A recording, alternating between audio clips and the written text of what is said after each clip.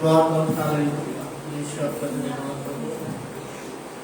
आपके नाम पे सब लोग प्रार्थना के लिए आइए और यीशु को धन्यवाद दें। Praise the Lord, hallelujah. तारीफ है खुदा प्रभु, आपका धन्यवाद। आपके नाम की बढ़ाई हो प्रभु, आपके नाम को जला देने का Jesus Lord, hallelujah. Oh, hallelujah, hallelujah,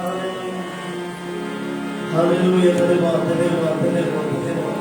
आइए हम सब उस परमेश्वर को धन्यवाद दें, उसके नाम की बढ़ाई करें, उसकी तारीफ दें और कहें प्रभु हम खुदा के जीवन से प्रभु आपके नाम को ऊंचा उठाते हैं पिता।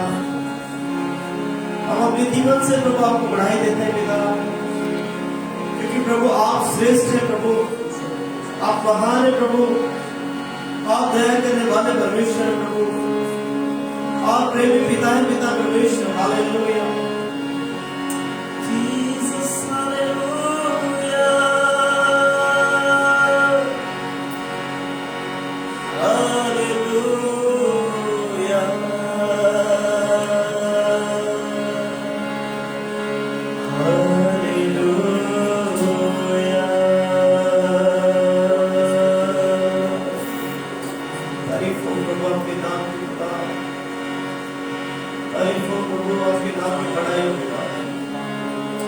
आप भले हैं खुदा हमारे लिए, आप रहम करने वाले परमेश्वर हैं, आप माफी देने वाले परमेश्वर हैं।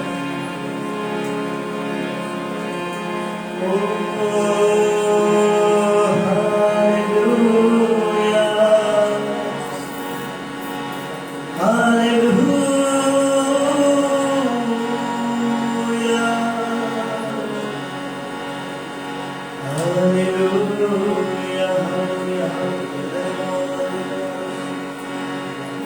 धन्यवाद प्रभु, आपके नाम की तारीफ हो। आइए अपने होठों को खोलें और उसको धन्यवाद का बलिदान चढ़ाएं। धन्यवाद के बलिदान के साथ उसके समीप आए और उससे कहें प्रभु मैं आज प्रभु फिर एक बार आपसे मुलाकात करना चाहता हूँ, आपसे बात करना चाहता हूँ प्रभु, यह चाहती हूँ आपका रूह आपका आत्मा प्रभु मुझसे बात करने पाए और मुझे स्पर्श करने पाए प्रभु, मुझे फिर से नया कर दे प्रभु, मेरे विचारों को प्रभु, मेरी बातों को प्रभु, मेरे चलने को प्रभु, मेरे उठने को खुदा मुझे फिर से प्रभु नया कर दे, क्योंकि प्रभु मैं दिन प्रतिदिन प्रभु आप में नया होता जाता हूँ। ओह जीसस, हालेलुया, हालेलुया, हालेलुया।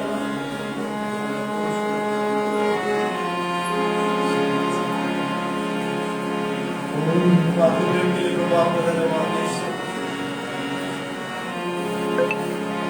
आपकी उस कुर्बानी के लिए हम शुक्रिया अदा करते हैं,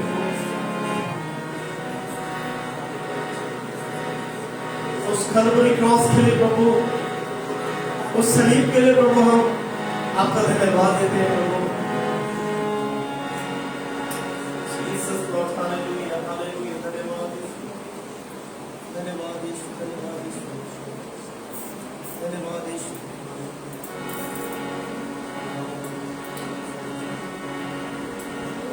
प्रभु हमारा विचार, हमारी खुदा सोच सिर्फ और सिर्फ प्रभु आप में लग सके खुदा। जीसस लॉर्ड, हालेलुया, धन्यवाद यीशु, धन्यवाद यीशु।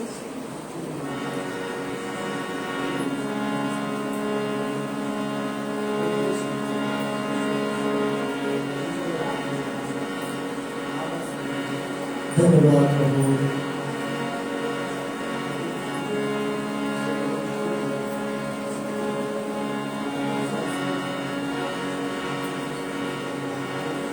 शुक्रिया खुदा।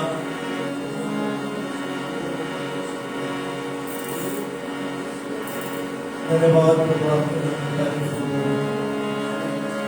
बड़ाई को प्रभु आपके नाम की खुदा।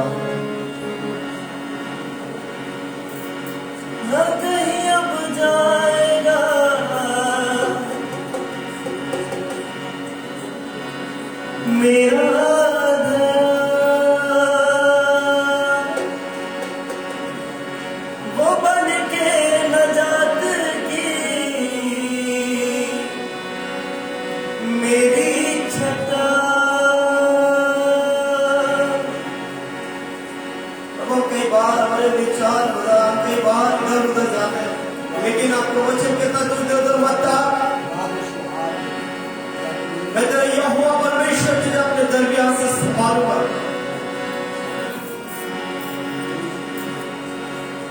न कहीं अब जाएगा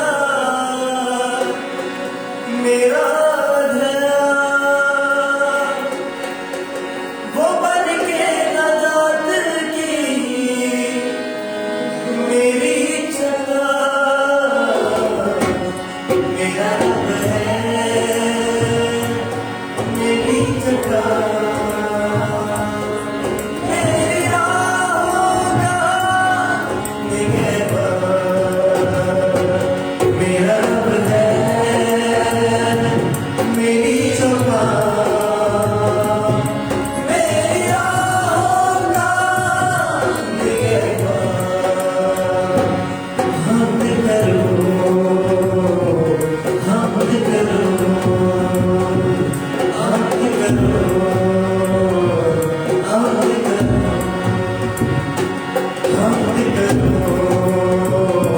हमद करो हमद करो हमद करो।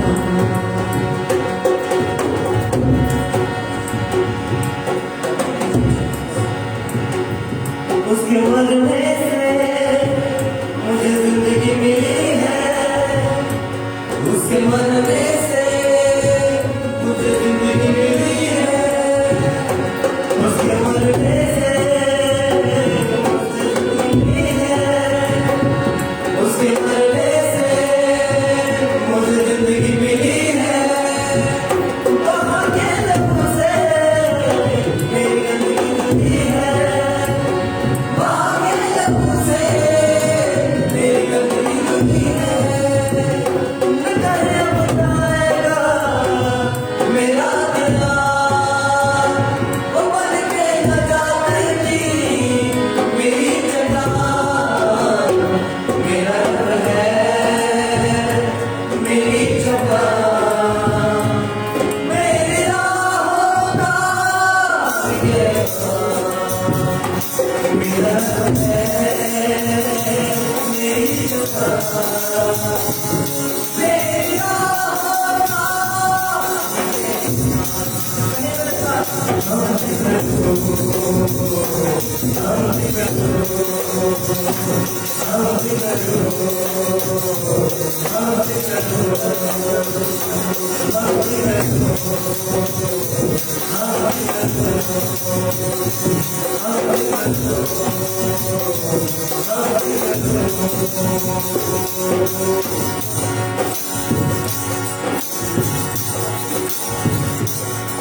जिंदगी को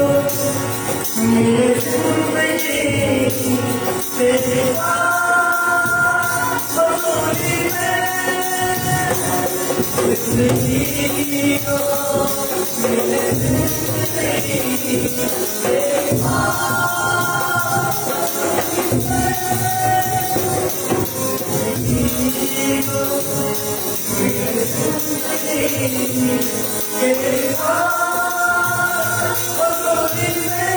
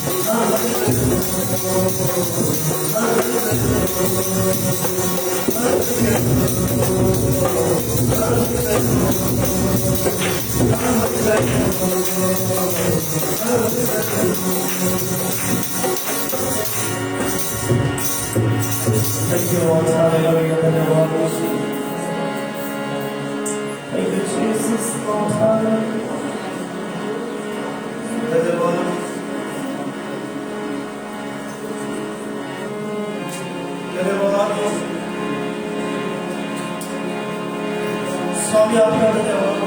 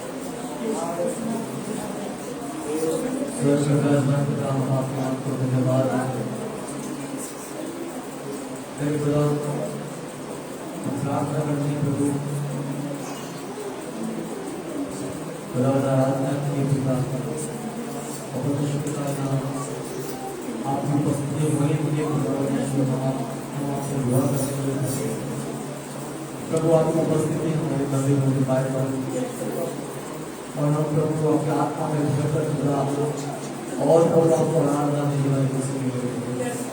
आप हमें से प्रत्येक की सहायता और मदद की जरूरत हो। हम अपने आप को पिता पूरी रीति से आपको सौंप देंगे। परमेश्वर जो हमारे साथ हैं और जो हमें फेसबुक के जरिए पिता हमें देख रहे हैं, जो हमारे साथ जुड़े हुए हैं, उन तमाम सभी लोगों को प्रभु को आपके हाथों में सौंपे। खुदा वो जिस किसी स्थान पर है परमेश्वर पिता आपका लोगों से बोले और बातचीत करेगा। क्या आपका आपके आत्मा की उपस्थिति खुदा और उनकी जरूरत से उनकी गायब करके हम आपसे दुआ करते हैं। आप हमारी सहायता, आप हमारी मदद कीजिएगा। धन्यवाद है आगे के और हमारे समय को भी हम आपके हाथों में सौंपते हैं। धन्यवाद के साथ प्रार्थना यीशु मसीह के नाम से मांगते हैं। Hallelujah, hallelujah, hallelujah. सो परमेश्वर को धन्यवाद, फिर उसने सुंदर अवसर दिया कि हम उसके परमेश्वर की आराधना कर सकें। और ये वक्त है कि परमेश्वर का वचन कहता है कि तुम क्या रहो प्रार्थना में निरंतर लगे रहो। हालेलुया, प्रार्थना में निरंतर लगे रहो, उसकी उपस्थिति में बने रहो। आमीन। तो उसकी आराधना करने के लिए तैयार है? उसकी आराधना करने के लिए तैयार है?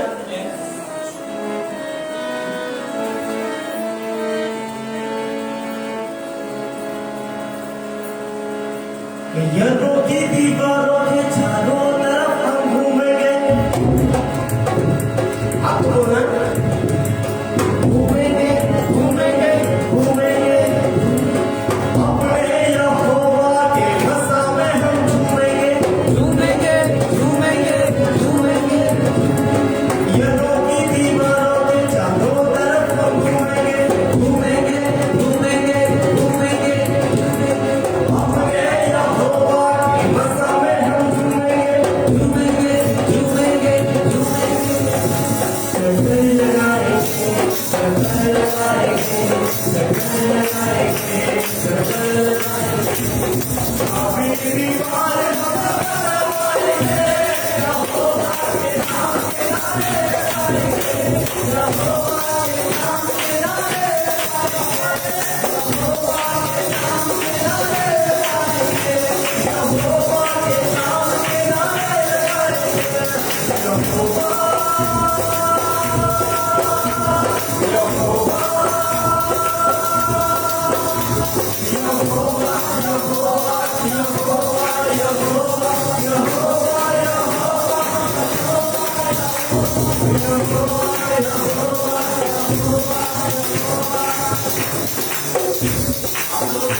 वास्तव में उसकी आराधना करना चाहते हैं तो आपको गाना क्या करना, यू हैव टू सीक हमारे साथ में जाना है ताकि हम परमेश्वर को मिलकर आराधना दें। Hallelujah, hallelujah. आपका परमेश्वर आपके बीच में है और वो आपकी आराधना को, वो आपके मन को परमेश्वर देख रहे हैं कि आप और हम किस तरीके से उसको आराधना करते हैं। हालेलुया। वो इतना खुश जब नहीं होते कि जब परमेश्वर के स्वरूप उसको आराधना देते हैं, वो जब खुश होते हैं कि जब आप उसका आराधना करते हैं। हालेलुया। क्योंकि वो तख्त आपके बीच में लेकर आते हैं, वो अपनी उपस्थिति आपके बीच में लेकर आते हैं ताकि आप जब उसकी आराधना करें आप और सच्चाई के साथ। हालेलुया। जो चाहते हैं कि उसका तख्त हमारे बीच में लग जाएगा, चाहते हैं तो जरूरत है कि हमें बस ईमान से, हमें विश्वास के साथ, सच्चाई के साथ उसका आराधना देना। हालेलुया। यहोवा यहोवा यहोवा यहोवा यहोवा यहोवा यहोवा यहोवा यहोवा यहोवा यहोवा यहोवा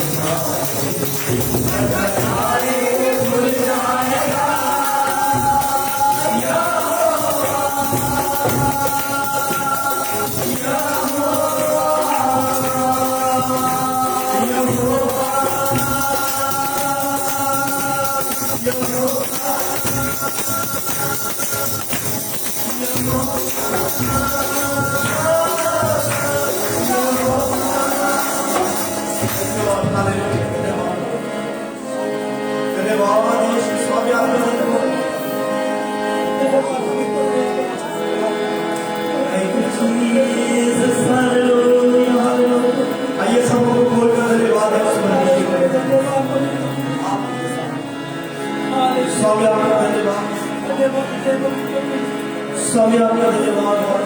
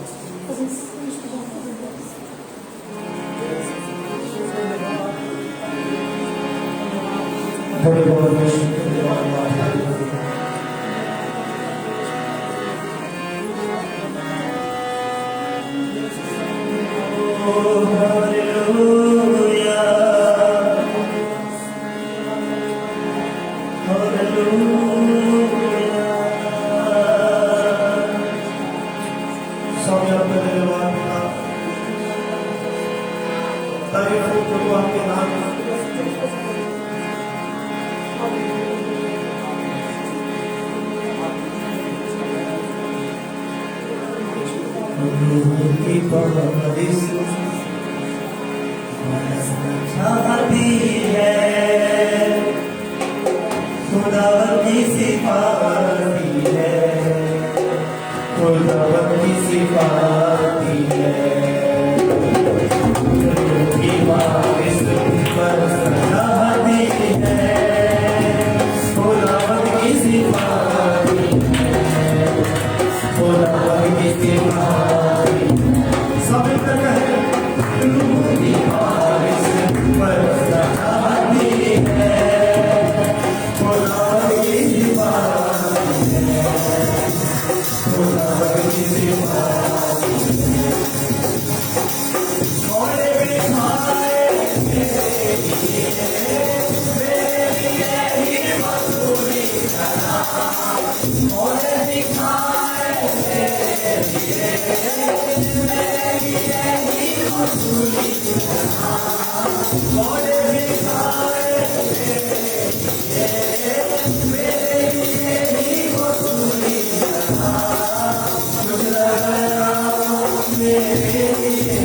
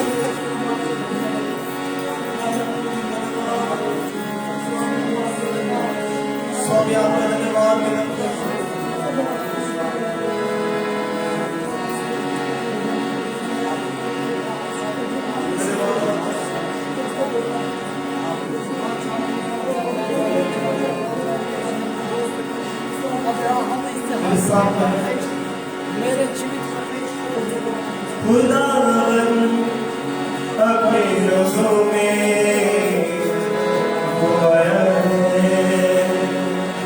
खुदावन अपने लोगों में वो आया है। पागलों का मेरा हर्ष छाया है, हर्ष छाया है। खुदावन अपने लोगों में वो आया है। खुदावन अपने लोगों में वो आया है। खुदावन अपने लोगों में वो आया है। सब मिलकर कहें, खुदावन अपने लोगों में वो आया है। पागलों का मेरा हर्ष छाया है, हर्ष छाया है। पागलों का मेरा हर्ष छाया है, हर्ष छाया है।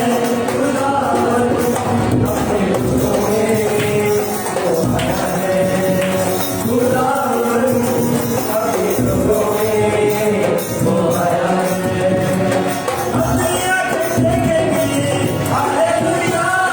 खुदा रूह जाएगी, हालेलुया। अपनी आँखें देखेंगी, खुदा रूह जाएगी। डूबी रूह जाएगी, अपना यहाँ पे लगाया है। यीशु आया है। डूबी रूह जाएगी, अपना यहाँ पे लगाया है। यीशु आया है। खुदावन अपने लोगों में वो आया है। खुदावन अपने लोगों में वो आया है।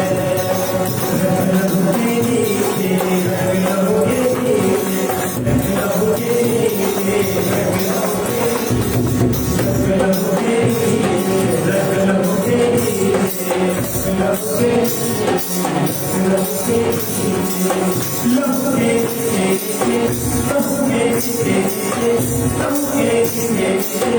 के नीचे, रंग के नीचे, रंग के नीचे, रंग के यही है आजादी, मसीह का चेहरा देखे। यही है आजादी, मसीह का चेहरा देखे। मोहब्बत से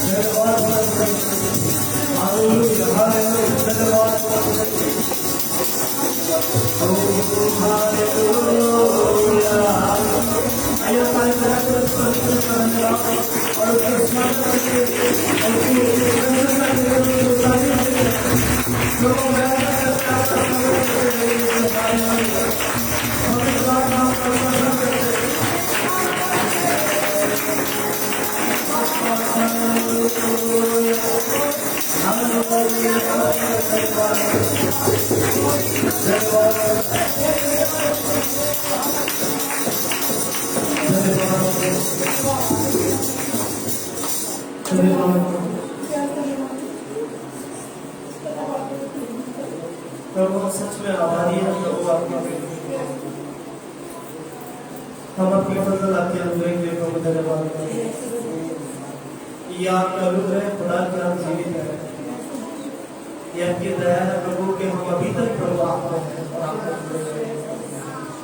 हम शुक्रिया अदा करते हैं प्रभु आपका धन्यवाद कि प्रेम के लिए प्रभु और उस बड़ी दया के लिए शुक्रिया प्रभु धन्यवाद।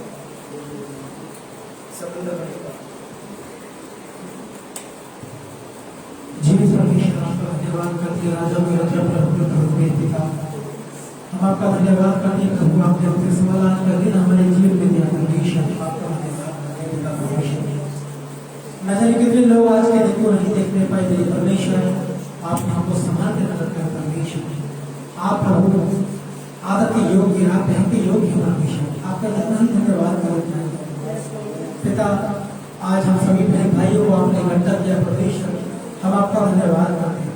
धन्यवाद करते हैं पिता परमेश्वर आपके प्रेम के लिए आपकी योजना के लिए परमेश्वर। मेरे पिता मैं प्रार्थना करता हूँ पिता परमेश्वर आपने अपने बच्चों से अच्छी आराधना वाली परमेश्वर प्यारे पिता परमेश्वर हम आपका धन्यवाद करते पिता। आप हमारे बीच में मौजूद है परमेश्वर। हम आपका स्वागत करते हैं। हम आपका धन्यवाद करते हैं परमेश्वर। प्यारे पिता मैं आने के समय के लिए प्रार्थना करता हूँ।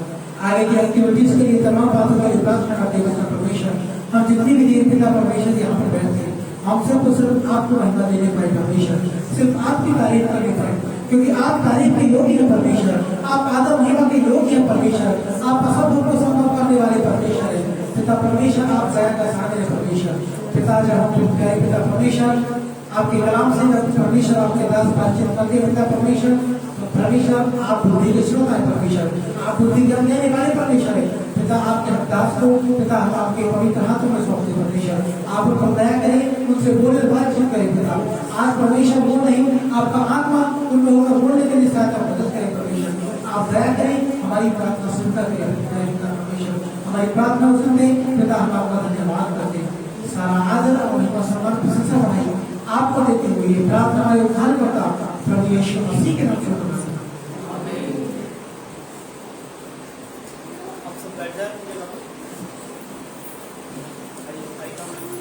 करते हैं ताली के साथ।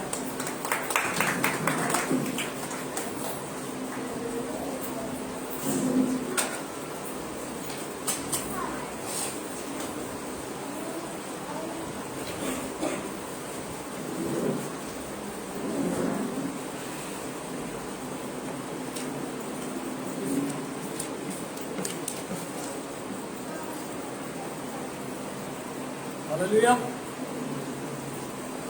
जय मसीह। तो परमेश्वर का धन्यवाद हो उन्होंने अब तक संभाल के रखा और फिर से अपनी उपस्थिति में आने के लिए परमेश्वर ने मौका दिया। इस बात के लिए परमेश्वर का धन्यवाद हो। तो विश्वास है आप सब लोग प्रभु में आनंदित होंगे। और जो लोग हमें ऑनलाइन देख रहे हैं, मेरा विश्वास है कि वो लोग भी खुदावन में आनंदित होंगे।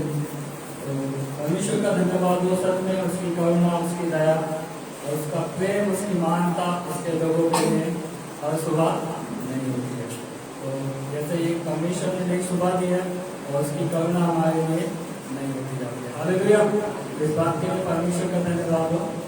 और खुदावन ने हमारे जीवन से आराधना किया और हमने उसके नाम को धन्यवाद दिया। और सच में वो अपने लोगों के बीच में उपस्थित होने वाला प्रभु है। हालेलुया, बाइबल ऐसा बताती है, जब आप परमेश्वर के वचन में देखेंगे, जब जब परमेश्वर के लोग यहोवा की दुहाई देते हैं, इकट्ठा होते हैं, तो परमेश्वर क्या है उनके बीच में मौजूद हो जाता है। और जब जब उसके लोग उसको पुकारते हैं, तो वो अपने स्वर्गीय सिंहासन को छोड़कर क्या है, उसके लोग जो उसको स्तुति का सिंहासन बनाते हैं, उसके लिए परमेश्वर उस स्तुति के सिंहासन पर विराजमान होता है। तो इससे फर्क नहीं पड़ता चाहे कैसे भी हो, चाहे हम थोड़े लोग हों, और जब हम वो स्तुति का सिंहासन खुदा में नहीं लगाते हैं, तो बाइबल ऐसा बताती है परमेश्वर विराजमान होता है। हालेलुया, तो यकीनन वो अपने लोगों के बीच में रहने वाला। और जो आज का जो विषय है, जो हम लोग आप लोगों के साथ शेयर करने वाले हैं, जो आज का टॉपिक है वो ये है, गॉड्स ऑनर अवर फेथ, परमेश्वर हमारे विश्वास का आदर करता है।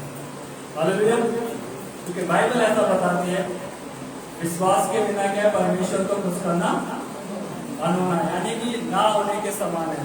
अगर किसी कोई परमेश्वर को खुश करना चाहता है, अगर कोई घराना परमेश्वर को खुश करना चाहता है, अगर कोई फैमिली परमेश्वर को खुश करना चाहती है, तो ये बहुत ही जरूरी है कि वो लोग क्या करें, परमेश्वर पर विश्वास करें। बाइबल ऐसा बताती है बिना विश्वास के क्या परमेश्वर को खुश करना ना होने के समान है। तो अगर हम परमेश्वर को खुश करना चाहते हैं, तो हमें क्या करना है, विश्वास के कदम उठाने होंगे। चाहे हम जैसे भी हालातों में हों, चाहे हम जैसे भी परिस्थितियों से, चाहे हम गंभीर हालातों से होकर गुजर रहे हैं, बट जब हम उस समय विश्वास के कदम उठाते हैं, तो परमेश्वर उससे क्या होता है, खुश होता है। और न केवल खुश होता है, परंतु वो उसका आदर करता है। तो इसलिए आज का विषय है, परमेश्वर हमारे विश्वास का आदर करता है। और इसके लिए मैं एक किरदार को आपके बीच में पेश करना चाहूँगा, और मुझे बहुत पसंद है, जिनका नाम है दानियल। हालेलुया, तो हम दानियल के जीवन से सीखेंगे और मेरे साथ निकालेंगे दानियल की पुस्तक और उसका 6 अध्याय।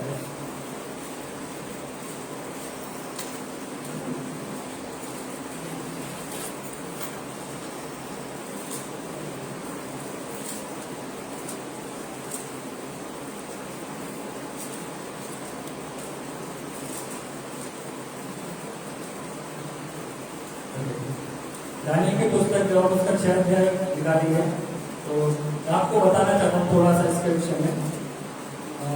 ये लगभग यीशु मसीह से 600 वर्ष पहले की बात है।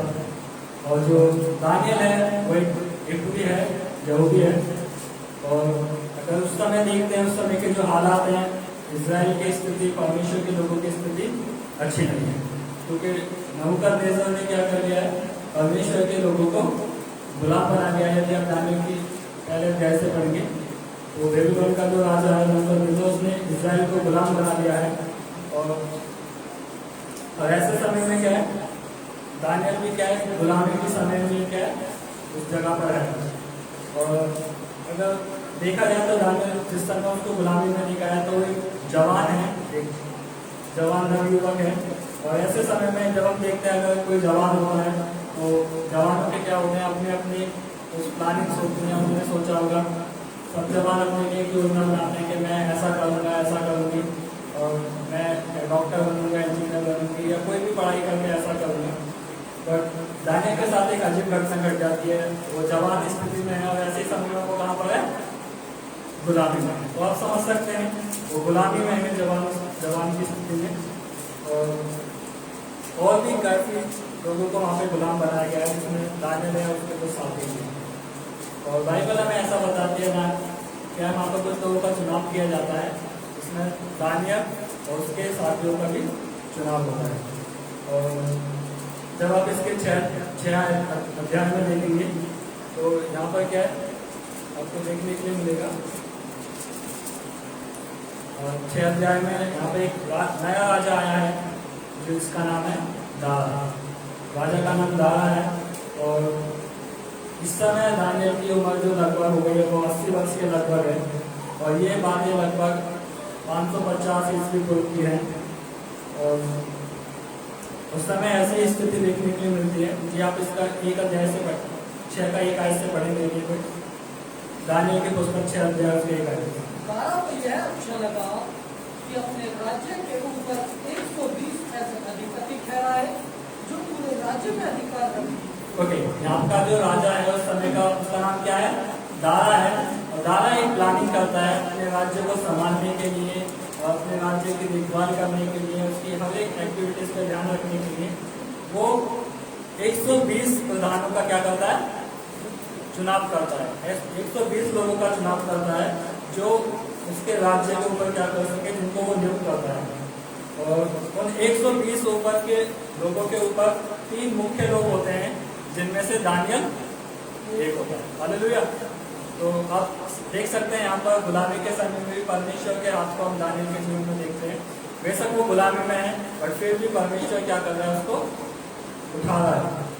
तो यहाँ पर 120 प्रधानों की नियुक्ति की जाती है जिन 120 लोगों के ऊपर 3 लोगों को नियुक्त किया जाता है और दानियल उनमें से एक है। पढ़े इसका आगे। और उनके ऊपर उसने 3 अध्यक्ष जिनमें से दानियल एक था इसलिए ठहराए कि वे उन अधिपतियों से लेखा लिया करें और इस रीति से राजा की कुछ हानि न होने पाए।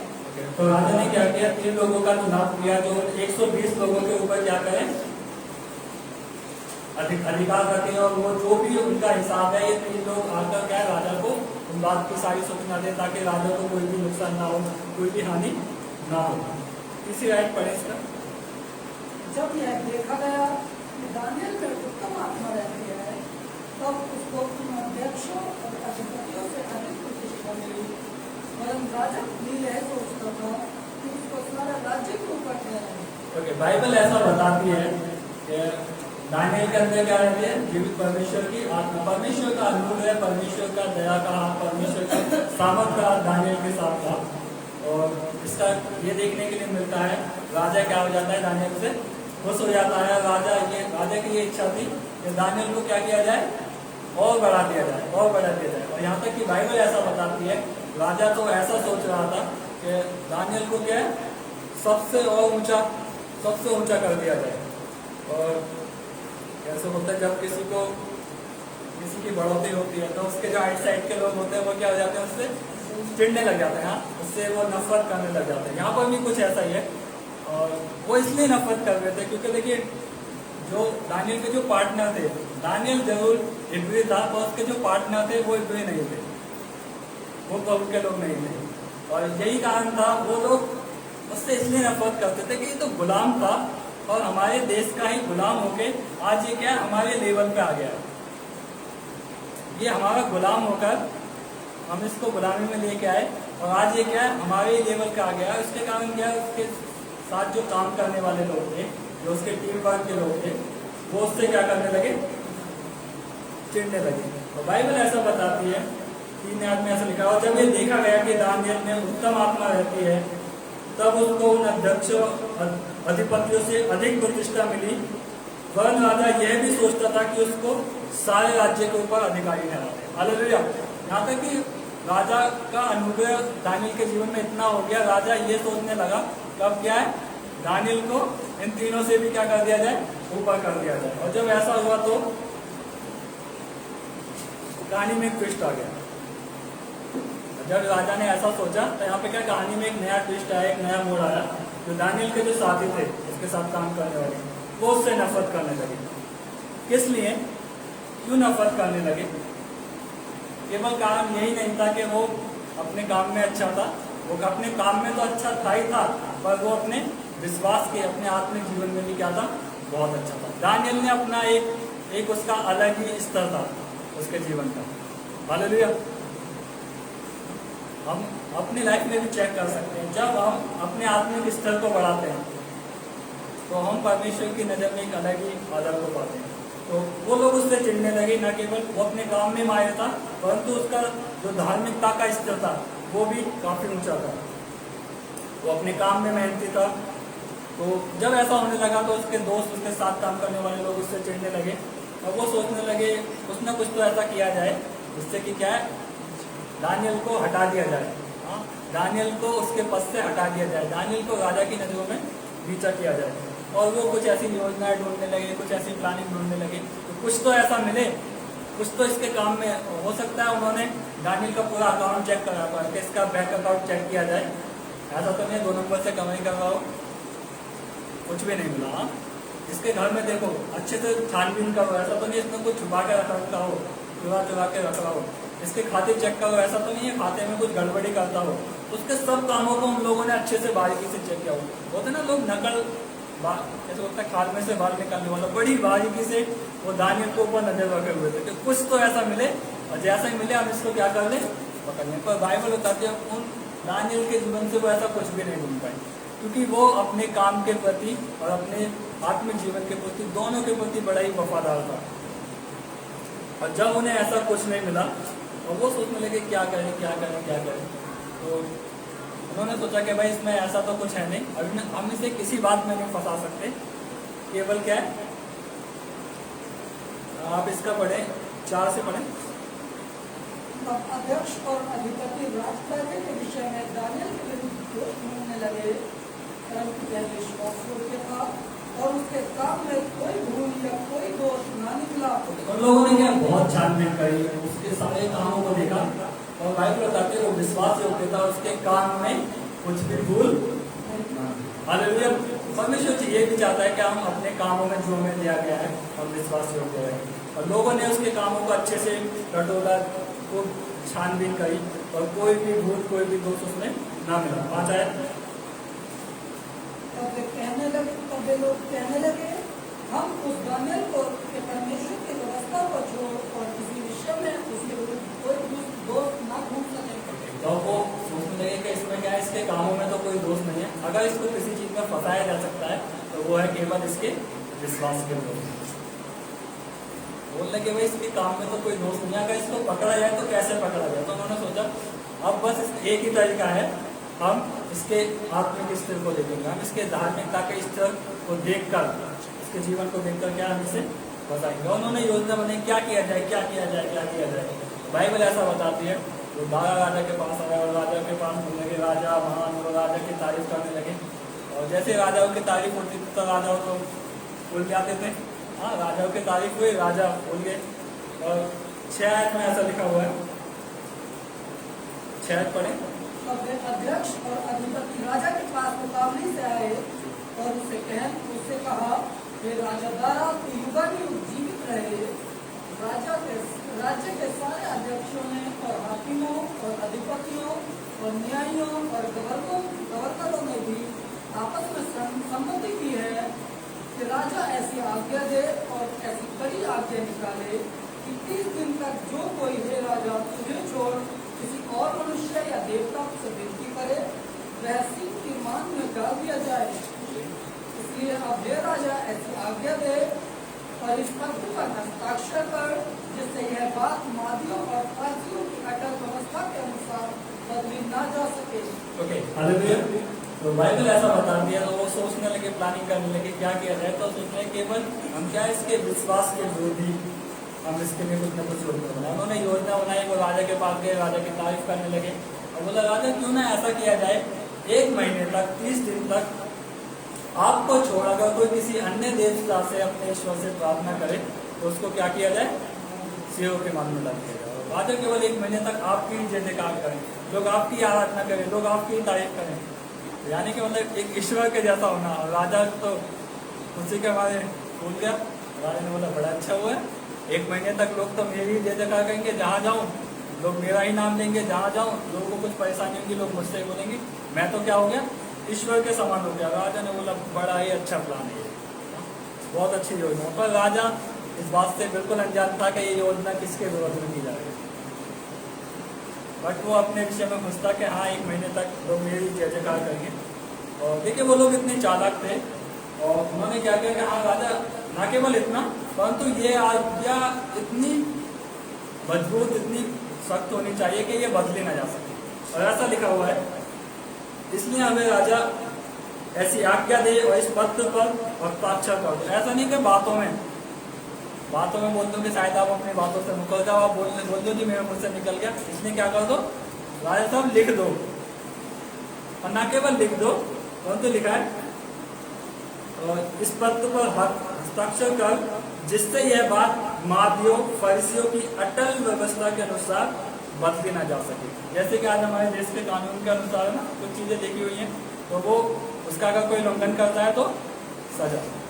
तो ठीक वैसे ही उन्होंने क्या किया कि इसको लिख दिया जाए और इस पर क्या कर दिया जाए, मोहर लगा दी जाए, ताकि ये बात क्या है, राजा आप भी ना बदल सके।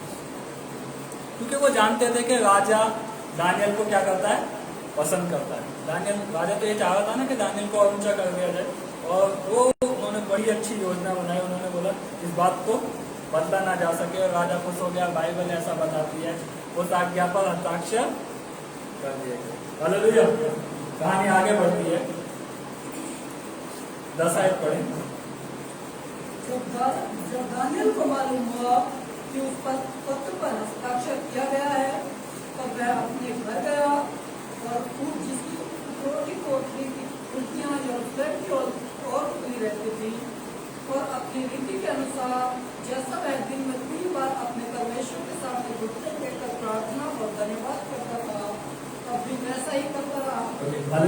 बाइबल ऐसा बताती है, जब उस प्लानिंग कर लेते उसके शत्रु सब ऐसा, क्योंकि और तो कोई उसमें दोस्त था ही नहीं। और दानियल की बाइबल ऐसा बताते है, दानियल की एक रीति थी, और वो दिन में कितनी बार प्रार्थना क्या करता था, 3 बार। तो उसके लोग उसको नोट कर रहे थे, उसके जो दोस्त थे, और उन्होंने देखा था भाई इसकी एक चीज़ है जो कभी नहीं बदलती है, चाहे जाड़ा हो, चाहे सूखा हो, चाहे बरसात हो, चाहे कितना भी काम हो, ये क्या है, दिन में 3 बार प्रार्थना जरूर करता है। हाँ, चाहे ये सोए ना, चाहे ये खाए ना, पर ये प्रार्थना जरूर करता है। इसकी प्रार्थना का टाइम क्या है, टलता नहीं है, इसकी एक विधि है। और उन्होंने ऐसा किया, उन्होंने योजना ही ऐसी बनाई कि अगर कोई राजा को छोड़ किसी अन्य से प्रार्थना की है तो उसको क्या कर दिया जाए, शेरों की मान में डाल दिया जाए। और वो इसी मौके की तलाश में थे। मैं आपको बताना चाहता हूँ, कितनी जरूरी नहीं है हर बार प्रॉब्लम हमारी लाइफ में पाप के कारण ही आए, कि हम कुछ पाप करते हैं तभी प्रॉब्लम है। कितनी बार प्रॉब्लम हमारी लाइफ में हमारे विश्वास के कारण भी आएंगे, हमारे धार्मिक जीवन के कारण भी आएंगे, कि हम उस धार्मिकता में, उस खरे जीवन में बने रहते हैं या नहीं। और बाइबल ऐसा बताती है, जब दानियल को ये मालूम हुआ कि उस लेटर पर, उस पत्र पर साइन कर दिए गए हैं, और उसने क्या किया, उसने जाके राजा को कोई अर्जी नहीं लगा दी कि राजा साहब मेरा तो उपवास है, मैं तो इसको नहीं कर सकता, या प्लीज़ आप इसको चेंज कर दो, या आप इसको ऐसा कर दो। बाइबल ऐसा बताती है, उसकी एक रीति थी, और रीति ये थी, वो अपने लिखा है, और वह अपने घर में गया, अपनी ऊपरी कोठरी में गया, और उस स्थान पर जहाँ वो प्रार्थना करता था उसने खिड़कियाँ को खोली, जो खिड़की क्या है, यरूशलेम की ओर खुली रहती थी, और उसने अपने घुटनों को टेका, और वो अपनी रीति के अनुसार घुटने टेक कर परमेश्वर से प्रार्थना करते। उसके जो शत्रु थे वैसी बात नहीं बोला। हालेलुया। वो तो यही देख रहे थे कि कब दानियल ऐसा करे, कब हम उसको क्या करें, पकड़ लें। और जब आप इसको पिक्चर वाइज देखेंगे, दानियल घुटनों पर प्रार्थना करता है, उसके शत्रु ऐसे चुपके से देखते थे, अच्छा है, और वो राजा के पास जाते हैं, बोलते हैं राजा राजा आप चिरंजीव रहें। और हमने एक ऐसे व्यक्ति को पकड़ लिया है जिसने क्या है, आपकी आज्ञा की कुछ भी चिंता नहीं करी, जिसको आपके जो आपने हस्ताक्षर कर दिए, आपने आज्ञा निकाल दी, इनकी सख्त आज्ञा है, उसको आपकी आज्ञा की कोई भी फिक्र नहीं है। राजा ने सोचा ऐसा कौन है जो जिसने मेरी बात की कोई भी फिक्र नहीं करी, कौन है? वो राजा से जाकर क्या करने लगे, चुगली करने लगे। पर राजा इस बात का अंजाम था कि वो दानियल है। बाइबल ऐसा बताती है, वो लोग राजा के पास गए। इसका 12 पढ़ें। वे राजा के पास जाकर उसकी राजाज्ञा के विषय में उससे कहने लगे, वे राजा, क्या आपने ऐसी आज्ञा पत्र पर हस्ताक्षर नहीं किया कि 30 दिन तक जो कोई तुझे छोड़ किसी मनुष्य या देवता से विनती करेगा वह सिरों की मान में डाल दिया जाएगा? राजा ने उत्तर दिया, हाँ, मादियों और फरीसियों की अटल व्यवस्था के अनुसार रहेगा। ओके, तो वो क्या, वो लोग राजा के पास गए, राजा से पूछने लगे, क्या राजा आपको याद है हमने ना एक आपसे एक बात कही थी, यहाँ 30 दिन तक आपके राजा होता, हाँ 30 दिन। तो राजा आपने एक लेटर भी साइन किया था कि हाँ किया था कि जिसमें लिखा हुआ था कि अगर कोई इसको बदल के क्या है किसी और ईश्वर से प्रार्थना करे उसको सेवक के मान में डाल दिया। आपको याद है ना राजा? राजा बोलता है हाँ बिल्कुल मुझे याद है, मैंने उसको साइन किया था, मैं जानता हूँ, उसका सर्टिफिकेट आज भी मेरे घर में लगा हुआ है। तो राजा को याद दिलाता है। राजा बोलता पर राजा जी पढ़े इसका तब उन्होंने राजा से कहा जी यहूदी बंदियों में से जो दानियल है उसने हे राजा ना तो तेरी और ना तो तेरी और ध्यान दिया और न तेरे हस्ताक्षर किए हुए आज्ञा पत्र किए हुए जी। वह दिन में 3 बार दिन के क्या करता है। जी आगे 14 यह बात सुनकर राजा बहुत उदास हुआ जी और दानियल को बचाने के ऊपर सोचने लगा और सूर्य अस्त होने तक उसके बचाने का यत्न करता रहा। ओके तो क्या जब राजा से वो बोल दिया जाता है और वो कहते एक दानियल है जिसने क्या है आपकी बात का कुछ भी आदर नहीं किया। बाइबल ऐसा बताती है जैसे ही राजा दानियल का नाम सुनता है तो राजा क्या हो जाता है, वो गुस्सा नहीं होता कि अच्छा दानियल ने ऐसा किया, बुला के लाओ ऐसा करो। तो बाइबल ऐसा बताती है राजा क्या हो जाता है, दुखी हो जाता है और वो ऐसा लिखा हुआ है वो सोचने लग जाता है। वो बोलता है अच्छा ठीक है, वो ऐसा नहीं बोलता कि उसको कॉल के लाओ, बोलता है अच्छा ठीक है मैं कुछ देखता हूँ। बाइबल ऐसा बताती है वो क्या सोचने लगता है कि ऐसा क्या किया जाए, ऐसा क्या करूं जिससे क्या दानियल को बचा जाए। क्योंकि बाइबल ऐसा बताती है राजा दानियल को पसंद करता था, वो उससे प्यार करता था और इतना प्यार करता था कि वो अपने राज्य में उसको सबसे ऊंचा करने वाला था। और क्योंकि ये जो आज्ञा थी वो इतनी सख्त की थी, इतनी कठोर थी कि इसको बदलना क्या था, राजद्रोह था। अगर इसको बदला जाता तो राजा उसके कारण क्या हो जाता, राजद्रोह करता और वो शायद सही नहीं था। और बाइबल ऐसा बताती है राजा सोचने लगा कुछ कैसे दानियल को बचाया जाए और वो हो सकता है उसने सारे और नियमों को निकाल के लाया हो कि भाई कुछ तो प्रावधान हो, है ना, कैसे तो दानियल को बचाया जाए, कुछ तो संशोधन हो सकता है, क्या इस बात को टाला जा सकता है। और नतीजा यही निकला, इस बात को टाला नहीं जा सकता।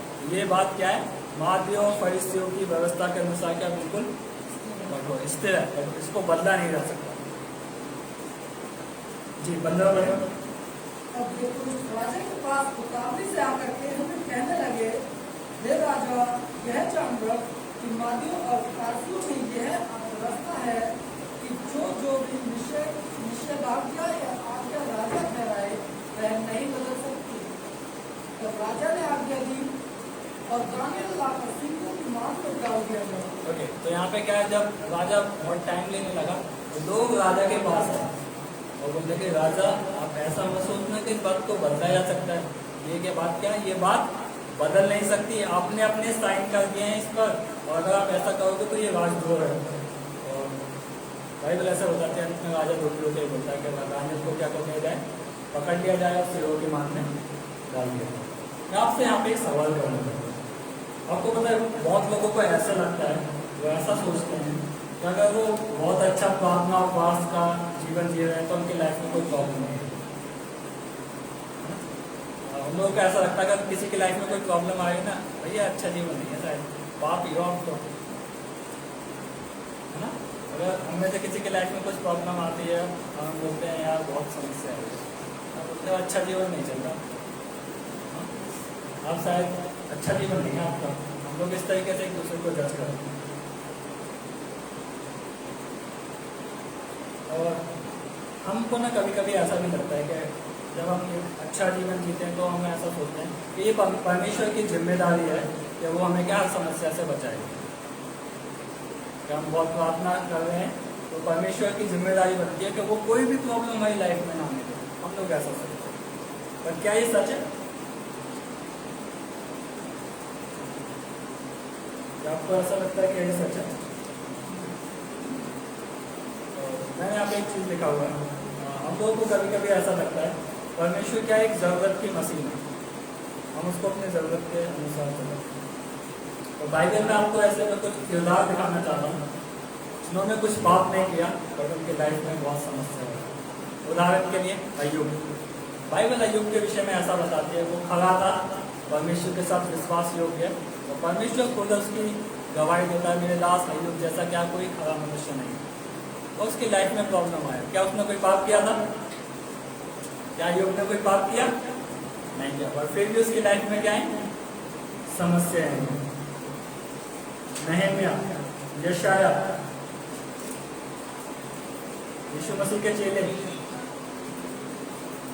और अगर यीशु मसीह के चेलों में से बात करूँ तो 12 चेलों से अलग पौलुस के विषय में ऐसा लिखा हुआ है। पौलुस बोलता है मैंने वह देखा है, मुझ पे पथराव किया गया, मेरे जहाज टूट गए, मैं जाड़े में रहा, मैं उघाड़े में रहा, मैं भूखा रहा, मैंने भाइयों से धोखे खाए, मुझे मारा गया। बहुत सी लाइफ में प्रॉब्लम्स आई। क्या पाप की वजह से? क्या उसने कोई पाप किया? किस वजह से? उसके धार्मिकता के जीवन में।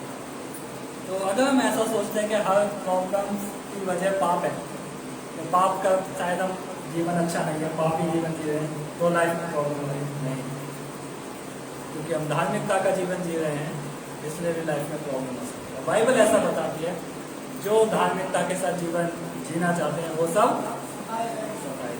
तो यहाँ पर भी कुछ ऐसा ही हो रहा है। तो मैंने आप एक चीज देखी है, हर समस्या का कारण पाप नहीं, परमेश्वर के लोग संकट से गुजरे हैं क्योंकि उन्हें परमेश्वर के पीछे चलना चुना। पौलुस क्यों समस्या से होकर गुजरा? क्योंकि उसने उसको चुना है। दानियल ने इस चुनाव को चुना है। हमने लोग आज हमें बोलते हैं कि हमने रंग परिवर्तन कर दिया, हमने ये कर दिया, हमने वो कर दिया, और भी शायद आने वाले दिनों में इससे बड़ी बातें हो सकती है हम लोगों के विषय में। क्यों? क्योंकि हमने ये चुनाव किया। यीशु मसीह ने कहा भैया मेरे पीछे आओगे ना तो ये सब तो सहना पड़ेगा, अगर सह सकते हो तो आ जाओ। क्योंकि जब उन्होंने हरे पेड़ के ऐसे साथ ऐसा किया तो सोचो सूखे के साथ क्या कर सकते। तो बाइबल ऐसा बताती है दानियल गैस शेरों की मान में डाल दिया गया है और राजा बहुत तब राजा ने आज्ञा दी और दानियल लाकर सिंह की मांग में डाल दिया गया। उस समय राजा ने दानियल से कहा तेरा परमेश्वर जिसकी तू नित्य उपासना करता है वही तुझे बचाए। हालेलुया। बाइबल ऐसा बताती है राजा दानियल के पास आता है, वो बोलता है, राजा को भी महसूस हो सकता है, सॉरी हो सकता नहीं हो गया है कि मैं एक राजा होते हुए क्या है मैं कुछ नहीं कर सकता। उसे लगता था कि मैं राजा हूँ, मैं तो कुछ भी कर सकता हूँ, पर अब वो इतना निस्सहाय हो गया है मतलब। और वो बोलता है ठीक है। उस समय राजा ने दानियल से कहा तेरा परमेश्वर जिसकी तू नित्य उपासना करता है और जिसके कारण तू आज यहाँ पे आ गया है मौत के मुंह में, वही तुझे करेगा। राजा ने भी अपने हाथ क्या कर लिए खड़ा कर लिया और वो ये जान गया है कि अब क्या मैं भी कुछ नहीं कर सकता। हो सकता है वो राजाओं से बहुत चीज़ों का घमंड हो, बट अब उसके हाथों में भी क्या है कुछ नहीं है। वो दानियल से होता है तेरा परमेश्वर जिसकी तू नित्य उपासना करता है, जिसके लिए तूने क्या है मेरी आज्ञा की तू चिंता नहीं की, जिसके लिए तूने ये नहीं सोचा कि आखिर क्या होगा, तू यहाँ पे आ गया है, तेरी धन संपत्ति का क्या होगा, तेरे बच्चों का क्या होगा, तेरी वाइफ का क्या होगा, तेरा और तू जो पूछी है उसका क्या होगा, तूने किसी भी बात का ध्यान नहीं की। हो सकता है दानियल ऐसा भी कर सकता था, 1 महीने की तो बात है, क्या जाता है चुपके से कर दो, थोड़ा टाइम शेड्यूल चेंज कर दो, ऊपर नीचे कर दो टाइम, बट उसकी एक वजह थी और वो उसके प्रति अपने धार्मिक जीवन के प्रति खड़ा था। तो बाइबल ऐसा बताती है राजा बोलता तेरा परमेश्वर जिसकी तू नित्य उपासना करता है वही तुझे बचाए। 17 तब एक पत्थर लाकर उस गड्ढे के मुंह पर रखा गया और उस राजा ने अपनी अंगूठी से और अपने पिताम की अंगूठियों से मोहर लगा दी कि दानियल के विषय में कुछ बदलने ना पाए। ओके, तो बाइबल ऐसा बताती है दानियल को क्या सीरों की मान में पिक्चर थोड़ा माइंड में लेकर चलो क्या राजा दानियल को सीरों की मान में डाल दिया जाए गया है और सिर भूखे हैं और उस पर क्या रख दिया गया एक बड़ा पत्थर रख दिया गया है और उस पर राजा की अंगूठी से मोहर लगा दी गई है और इसको क्या न किया जाए बदला नहीं। ये सेम ऐसा ही जैसे यीशु मसीह को उस गुफा में रखा गया था और मोहर लगा दी गई थी कि अब इसको क्या न किया जाए बदला ना जाए, कोई आके पत्थर ना डाले उसको बचा डाले, ऐसा कुछ नहीं। तो बड़ी प्लानिंग के साथ ऐसा किया गया। और बड़ी यहाँ पर एक दिलचस्प बात यह है जब आप इसको पढ़ेंगे तो यहाँ पे ऐसा आपको पढ़ने में नहीं मिलेगा कि दानियल के साथ क्या हो रहा है। आपको ऐसा नहीं मिलेगा कि दानियल तो गुफा में जाते ही घंटों के बाद बैठ गया होगा, बोलो तो बचा लो प्लीज, इस बार बचा लो, कैसे ही आगे तो मैं देख लूंगा बट इस बार कैसे बचा लो आप, ऐसा देखने को नहीं मिलता। पर पता किसके लिए, किसके बारे में मिलता है? राजा के बारे में। दानियल के बारे में ऐसा कुछ नहीं मिलता, पर राजा के बारे में यहाँ पढ़ने के लिए मिलता बहुत कुछ, और ऐसा लिखा हुआ है 18 पढ़े। तब राजा अपने महल में चला गया और उस रात को बिना भोजन कर रहा। ओके देखिए, अब क्या राजा उदास है, अपने महल में चला गया, बाइबल ऐसा बताती है उसने क्या नहीं खाया? खाना नहीं खाया। क्या कोई दानियल और इसका सगा था, कोई रिश्तेदार था, एक गुलामी तो था। परमेश्वर ने राजा को उसके प्रति इतना अनुग्रहकारी बनाया। तो बाइबल ऐसा बताती है राजा दुखी था और वो अपने महल में गया और उसने क्या नहीं खाया? खाना नहीं खाया। आगे और उसके पास कोई सुख विलास की वस्तु नहीं पहुंचाई गई। और लोगों ने देखा होगा राजा को बुला के आते, यहाँ तक अच्छे अच्छे डांस करने वालों को मतलब जो अच्छी अच्छी कला करते हैं, अच्छा अच्छा म्यूजिक बजाते हैं, अच्छे से अच्छा करते हैं, बुला के लाओ राजा को खुश करो, राजा का मूड खराब में पता नहीं क्या करते हैं ना। तो प्लानिंग की होगी और सबने मंत्री दल ने सबने के भाई राजा दुखी यार कुछ तो करो। तो बाइबल ऐसा बताती है उसने कुछ भी नहीं, कोई सुख विलास की वस्तु उसके पास नहीं आई। आगे और उसे नींद भी नहीं आई। और क्या नहीं हुआ उसको? उसने खाना नहीं खाया, बेचैन रहा, कोई सुविधा की चीज नहीं ली, कोई एंजॉयमेंट नहीं किया, और यहाँ तक कि क्या उसको पूरी रात नींद नहीं आई। मैं तो मुझे तो दानियल के विषय में लिखा हुआ होना चाहिए था, दानियल सेवों से रिक्वेस्ट कर रहा होगा, कोने में छुप गया होगा, ऐसा कर रहा होगा, वो कर रहा होगा, वो उसे निवेदन कर रहा होगा, कुछ भी ऐसा लिखा हुआ है आपके बाइबल में? ऐसा लिखा हुआ है दानियल गिड़गिड़ा रहा हो, ऐसा कुछ।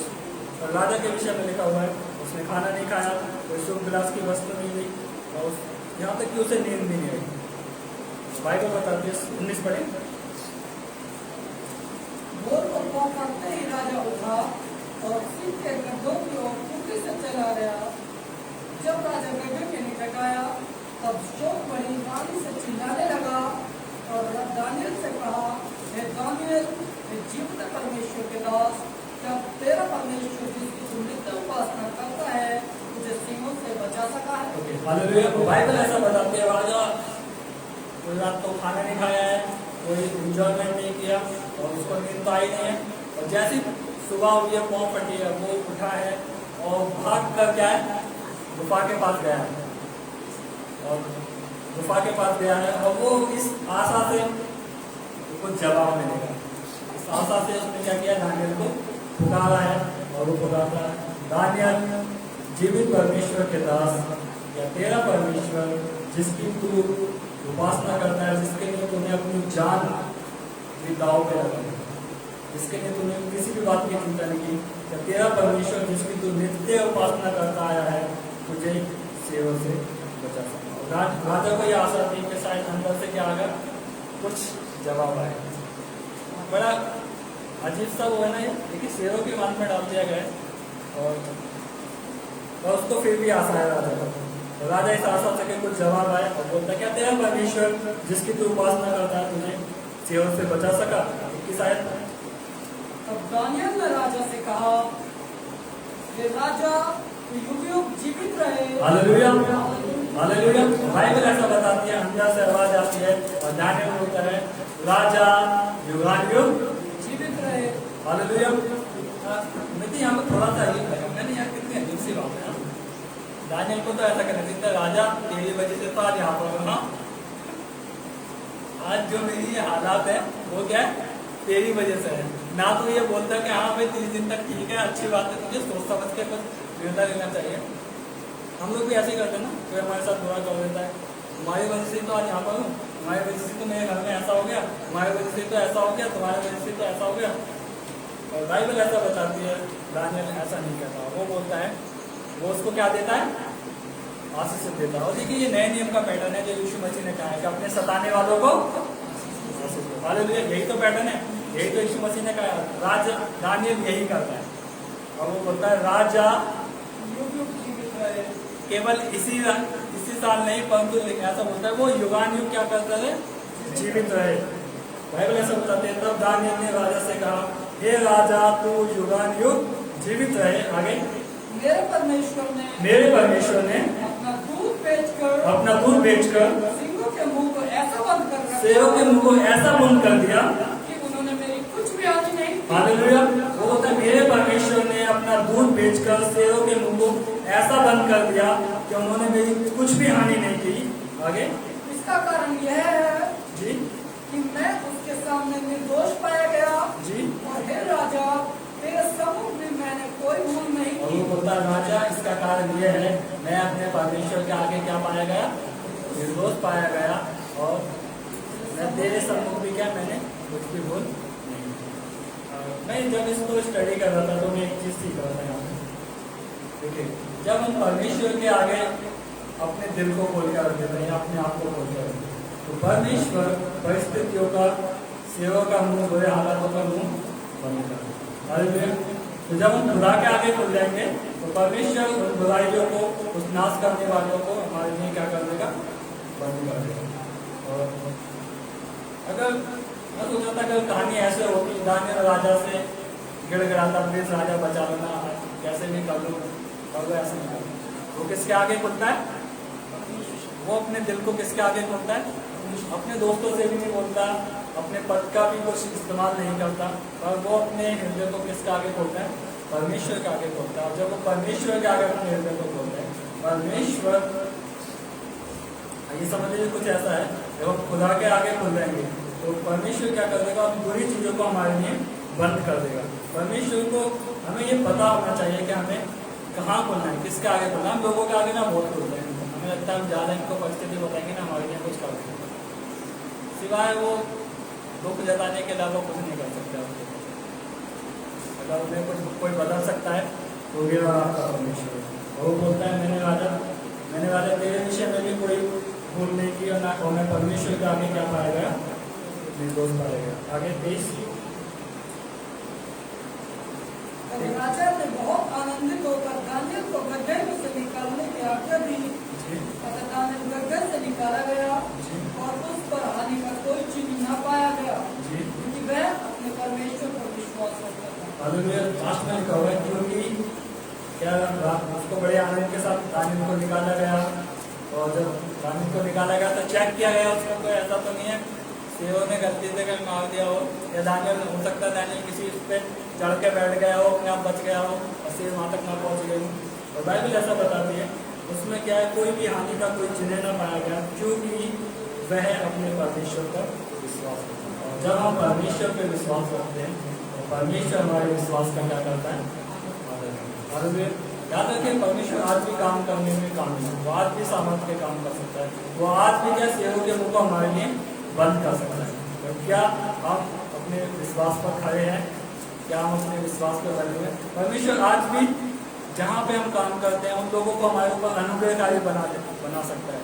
वो दानियल के लिए काम कर सकता है, क्या वो हमारे लिए नहीं कर सकता? कर सकता है।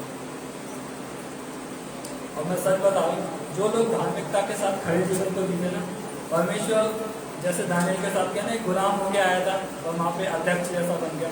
परमेश्वर आपको आपके घर में, आपके कामों में परमेश्वर आपको ऐसे रखे। हालेलुया, आमीन। और ये तब होता है जब हम अपने विश्वास में क्या रहते हैं, खड़े रहते हैं। प्रॉब्लम्स तो आएंगे, देखिए जब हम खड़े जीवन में बने रहते हैं, पर परमेश्वर उसका आदर करता है। और जो एक बात है जो कभी नहीं टलती, वो अपने लोगों को कभी भी। हालेलुया। आइए हम प्रार्थना करें। Thank you, Jesus. Hallelujah. Thank you, Lord. मैं चाहूँगा सब लोग अपने स्थान पे खड़े हो। Thank you, Jesus. Thank you, Lord. We worship you, Lord. Hallelujah. Thank you, Jesus. खुदा ने हमें विश्वास का और